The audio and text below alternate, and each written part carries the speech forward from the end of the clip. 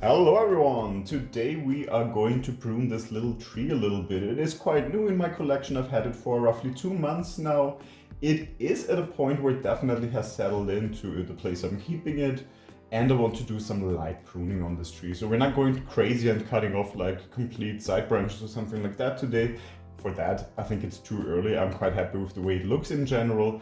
But what I don't like about this tree at the moment is that we have some crisscrossing going on in here when we look at the branch structure, and that is something I want to correct today. So when the tree continues to grow, it simply grows in a way that doesn't get too cluttered, doesn't get too crowded.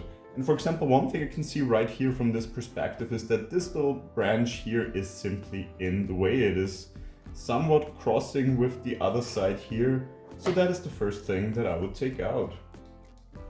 Let's see how we can reach this from here, and then we just remove it. Could take a cutting from that, but I think we will say that quite often today still, that we could take a cutting from all we take out today.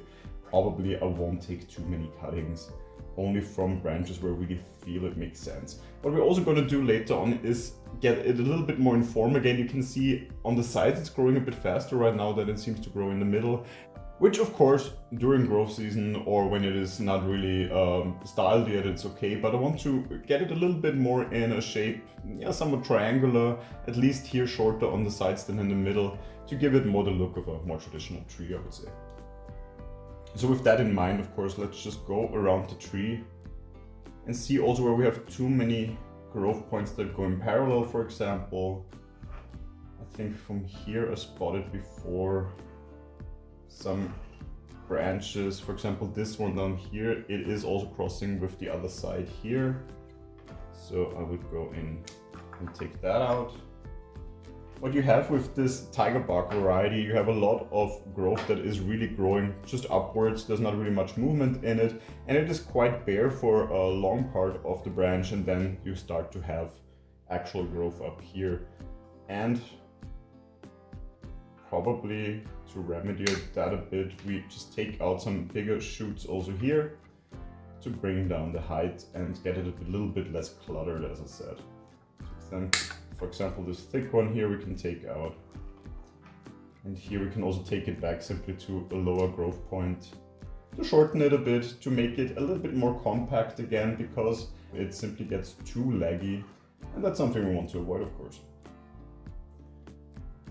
So otherwise here it is a bit cluttered still. I will also take out this branching here, I think. Let's see if I can reach in here. Here in front we do have growth that seems okay. I will probably just take out the tip here.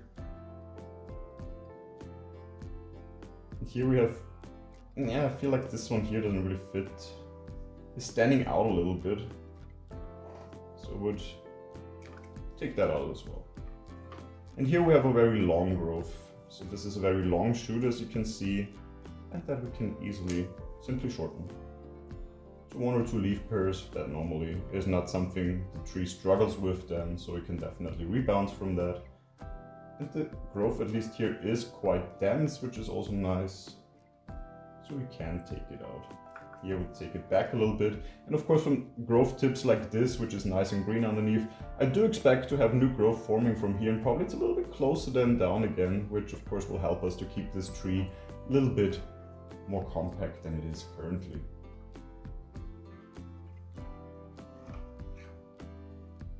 Nice side effect is already that we're starting to get it in shape a little bit more. We might still have here a little bit of clutter that we need to fix. I think the problem is this one here growing a little bit crisscross. And here we have 2 growth points where I would actually remove this one because it grows a little bit inwards. And we might even take out this one because it was looking kind of weird. And we have here still some crossing, so this branch here, make it a little bit more visible, I would also take out, creating a little bit more of a negative space in between the main trunk here, and one of those, still part of the main trunk, I would say, but a little bit more off to the side to have a little bit more, of a visual difference also between those. I do like there's some movement in here. They don't all have to simply grow straight up. It's nice that there's some movement. It's just if it gets in the way of any other movement, any other branching, then it might become a problem in the future. And this tree also tends to throw out a lot of growth at the same growth points as it does here. But here we have anyway some dieback. I think if we just remove that dieback branch, that already clears it out a little bit. This one is growing a little bit too close for my liking, and we have 3 growths on the same side here. So we'll also take that out. Here we do have still growth that grows together, as you can see. As this growth is very long and very laggy, I think we can take out this complete thing actually and see if it regrows from down here. Give it a little bit of a new start. And this one is also a bit crossing here.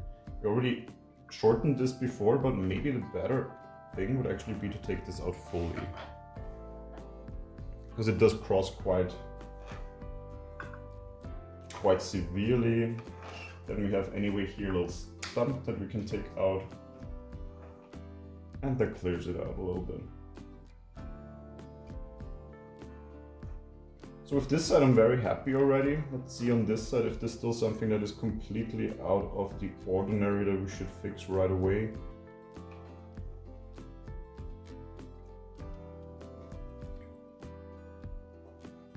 I mean, we do have this branch here. As I said before, it is maybe a little bit in the way. I'm trying to get a feeling of if this is removed, if we have enough growth in the back. To be honest, I would keep it, because it is then otherwise really a hole in here all the way out down to this back branch. That is a little bit too much, and as I said, I don't want to completely shave off the entire growth and the entire foliage on this tree. We just want to notch it in the right direction. Here we have some parallel growth with this little branch in the back, so we'll take that off. So this way we have growth here on this side a bit higher, this growth a bit higher, this growth not really in parallel, which makes it simply look more naturally grown and a little bit more mature. So I think we're already at a point where I do like it quite a lot. I'm just taking out any dieback that is still spot. Here I do feel like there is also some dieback of an aerial root that we need to take out. Here we have a little stump. We can also shorten at least a little bit. And I feel that already cleans out this tree quite a lot. Let's take one more look around. I do really love the aerial roots on this tree. I think once we repot them, we will reposition this one a little bit further away from the trunk, to move it just a little bit further in this direction, a little bit to the right here, to spread it out a little bit more, and then I think this could look even a little bit more mature. And for that, I think these aerial roots are perfect. But looking at the foliage, we still need to shorten something. We took out also the really crazy growth that was here on the sides. So I'm already happier with that. It doesn't have to be a complete triangular shape right now. We just wait till growth season, how the growth is developing, especially here in the middle a little bit, and then we see how far we can take it down. But for now, as I said, I'm very happy with this tree. Next step, of course, is for this tree to recover. I mean, we did take out still quite a lot of growth, just to give you an idea that it is not nothing. Once it starts to grow again and it gets a little bit more bushy again, and I see where the growth is starting, then of course we're going really more into the design still. And depending on how it fares this summer, we might also look at repotting sooner or later out of the organic soil into an inorganic soil mixture. Of course, once we will do that, I will let you know, and I will of course also film that and will share it with you. So if you enjoyed this video, feel free to leave a like. If you enjoyed this channel, feel free to subscribe to it, and hopefully I will see you in the next video. Until then, take care.